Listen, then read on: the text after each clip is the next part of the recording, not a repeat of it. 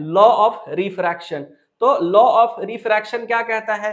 तो law of refraction का एक पॉइंट तो कहता है कि नॉर्मल, इंसिडेंट रे और refracted ray all lies in same plane. ये था। दूसरा इंपॉर्टेंट है हमारा, दूसरे से हम लोग कंटिन्यू करेंगे। दूसरा लॉ था हमारा, क्या था कि sine I by sine R, sine I by sine R जो है ये कांस्टेंट होता है। ये आपका कांस्टेंट है, जिसमें आई और आर क्या है? तो अगर आई और आर का हम लोग जो है फिगर ड्रॉ कर लेते हैं एक,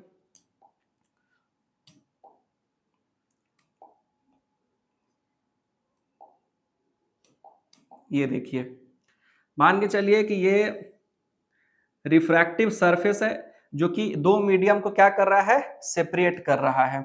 और यहाँ पे हम लोग बना लेते हैं एक नॉर्मल। इस तरीके से हम लोग एक नॉर्मल बना लिए, डॉटेड लाइन। आ जाइए, ये हो गया नॉर्मल। तो मीडियम वन, मीडियम टू, और ये है आपका रिफ्रैक्टिव सरफेस। थोड़ा सा इसको सीधा कर लेते हैं।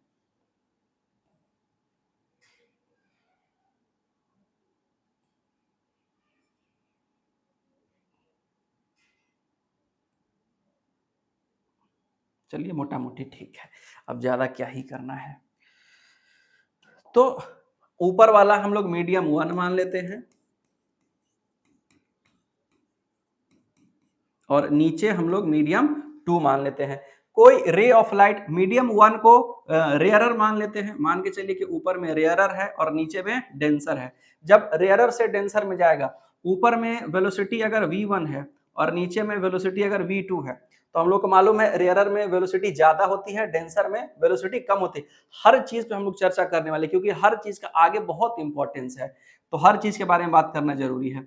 तो इसमें हम लोग जानते हैं कि v1 जो है बड़ा होगा किस चीज से? v2 से। वेलोसिटी पहले मीडियम में ज्यादा होगी, दूसरे मीडियम में कम होगी।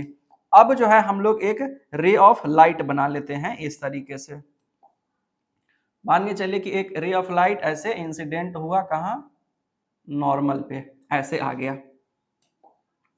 तो इसका जो इनिशियल डायरेक्शन है, इस रे ऑफ लाइट का इनिशियली तो ये इधर ही जा रहा है, इनिशियली अपने इसी पाथ को फॉलो कर रहा है, कुछ ऐसे इनिशियली इधर जा रहा है। लेकिन हम लोग को क्या करना है? यहाँ पे मीडियम चेंज हो रहा है तो इसमें होगा बेंडिंग। बेंडिंग होगा तो ये किधर बेंड करेगा?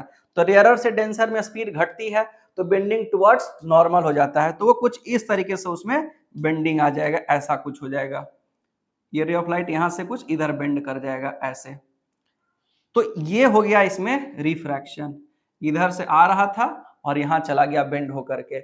अब जिसमें आपका यहां जो एंगल बनेगा वो एंगल ऑफ इंसिडेंस होता है, और यहां जो एंगल बनेगा वो एंगल ऑफ रिफ्रैक्शन होता है। अब इन्हीं दोनों एंगल का जो रेशियो है उसको क्या कहा गया है? कांस्टेंट कहा गया है। Sine i upon sine r, i यानी ये वाला एंगल और आर यानी ये वाला एंगल, इन दोनों का जो रेशियो होगा वो कांस्टेंट होगा। इस कांस्टेंट का बड़ा इंपॉर्टेंस है। ये कांस्टेंट क्या है? तो इस कांस्टेंट को कहा जाता है रिफ्रैक्टिव इंडेक्स।